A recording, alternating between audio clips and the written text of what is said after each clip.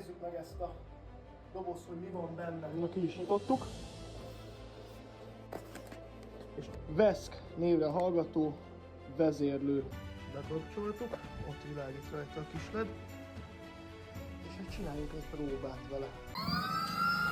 És hát szerintem következik majd a programozás, mert egyelőre nem sikerült. Srácok, közben elakadtam az egésznek a programozásával. Na hát Dávid segített nekem igazából ebbe az egész projektbe. Mennyire vagy elégedett a Nekem nagyon nagy az kezdeti öröm. státusszal? Ez nagyon-nagyon a kezdet, már nem merünk tovább forgatni, de...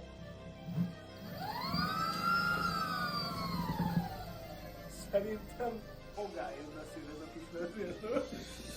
Új nagy srácok, a kíváncsiak vagytok rá. Pacsi, sziasztok, bekötni.